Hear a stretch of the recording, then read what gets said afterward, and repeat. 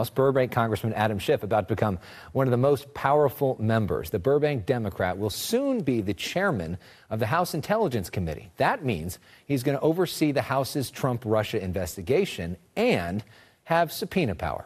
Congressman Adam Schiff, welcome back to The Issue Is. Good to see you. Great to see you. All right, so for years now, we've been talking about this concept of if you became the House Intelligence Chairman, now you are going to be, now you're going to have subpoena power. What happens next, and who are you about to subpoena?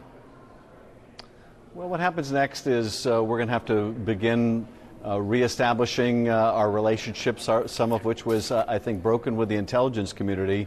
There are still any number of investigative threads Republicans were unwilling to do a credible job. And one of the most important, in my view, is whether the Russians had been laundering money through the Trump business and they have financial leverage or may have financial leverage over the president. So does that mean you're going to subpoena President Trump's tax returns?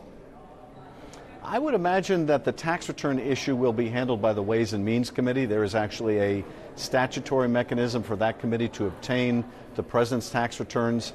The biggest story here locally has been these massive fires that we've been dealing with. The president set to visit tomorrow. He's talked about the concept of pulling back federal funding. He's talked about the fact that the reason for these fires is land management issues. What do you expect from the president, and what do you hope that he sees?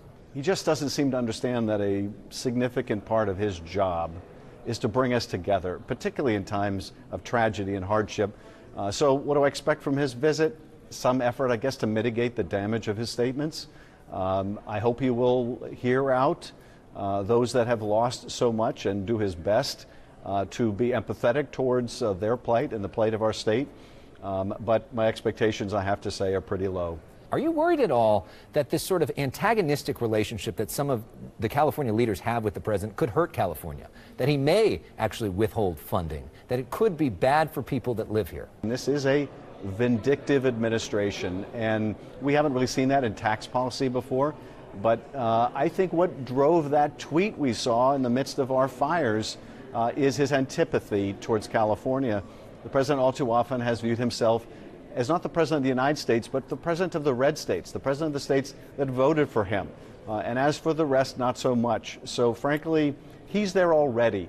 But do you think that you could help do that by changing the tone, maybe?